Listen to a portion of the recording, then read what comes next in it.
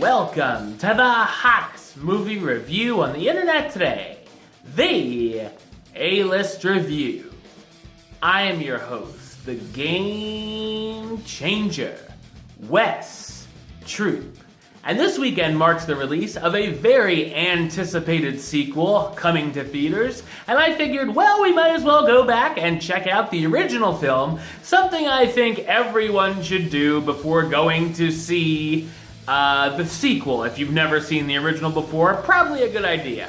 So, my review of the 1982 sci-fi drama, Blade Runner, coming up now.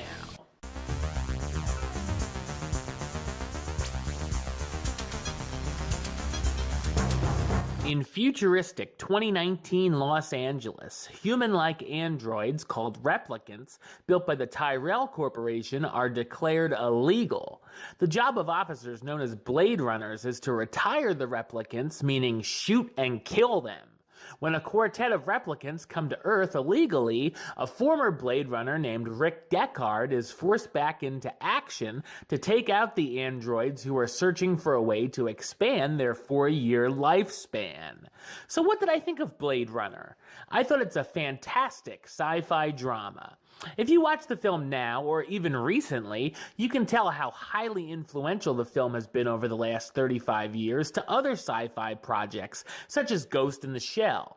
Funny enough, Blade Runner was a bit of a bust in its original release, but gained a new life as a cult classic after coming to home video and HBO. The huge futuristic city looks spectacular due to the use of beautiful special effects. The skyline and cityscope is full of neon lights, humongous buildings with moving advertisements, and of course flying cars as a way of transportation. Once in the city streets, though, it's more of a grungy feel, full of garbage and crowds of citizens walking everywhere. It's a very believable futuristic world we're seeing here. The film certainly has a number of exciting scenes and cool action sequences, whether it be Deckard chasing one of the replicants through the streets, or the wild final showdown between the Blade Runner and the replicants, which contains a surprisingly stunning monologue. The film also has a very detective noir feel to it, as well as Deckard investigates around the city, and we see a number of interesting tests done on these possible replicants to see if they're androids or not. There's also a romantic subplot between Deckard and a replicant who's unaware of her true nature, which works fine. I enjoyed the scenes where the villains are trying to manipulate a friend of their creator to gain his trust, and we definitely can see their point of view throughout the film as well. There are a number of different versions of the film out there, as well as the theatrical version, the director's cut, and the final cut, which all have a few significant differences.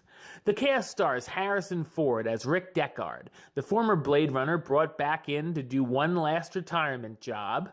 Rutger Hauer as Roy Batty, the head of the renegade replicant foursome who are looking to extend their lives.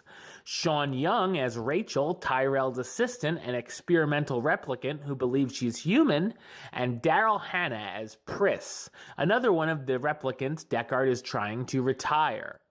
Blade Runner is a dark, innovative, influential, and immersive experience, which is a must-see for any sci-fi film fan. I'm going to give it the rating of A-List approved. That's right, it gets the A-List seal of approval. Alright, well that's the show. I'll be back with another review very soon. But until then, don't forget to subscribe right here on YouTube. YouTube.com/Westside515. Like the show on Facebook, Facebook.com/WestTrueBaylist. And of course, you can follow me on the Twitter and the Instagram @WesAList.